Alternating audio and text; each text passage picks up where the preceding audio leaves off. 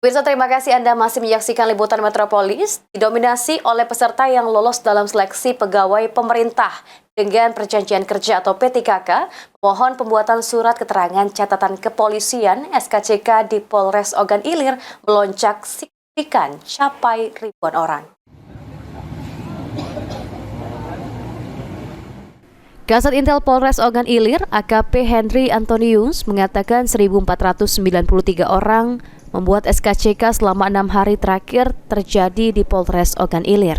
Menurut AKP Henry, pelayanan SKCK dibuka setiap harinya, termasuk akhir pekan, hari Sabtu, untuk memfasilitasi dan memenuhi kebutuhan masyarakat, terutama bagi peserta P3K dan CPNS. Bagi masyarakat yang akan membuat SKCK di Polres Ogan Ilir, harus terlebih dahulu melengkapi persyaratan agar tidak lagi repot ketika mendatangi bagian pelayanan di Polres Ogan Ilir. Untuk tahun ini, penambahan persyaratan berupa peserta BPJS, namun jika tidak ada BPJS, pemohon menggunakan surat keterangan dari Dinas Kesehatan. Selain itu, persyaratan berupa fotokopi KTP, KK, akte kelahiran, pas foto 4x6 4 lembar.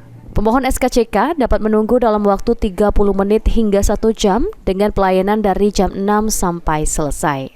Ini sudah 1.400 sekian terbitnya SKCK terkait kelengkapan syarat dari P3K.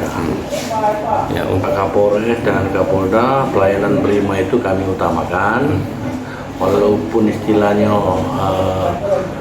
kelengkapan mereka kurang, ini kita permudah, birokrasi kita permudah. Ya, dengan percepatan minimal 30 menit sudah terbit SKCK itu dan diterima. Ahmad Romawi, PAL TV.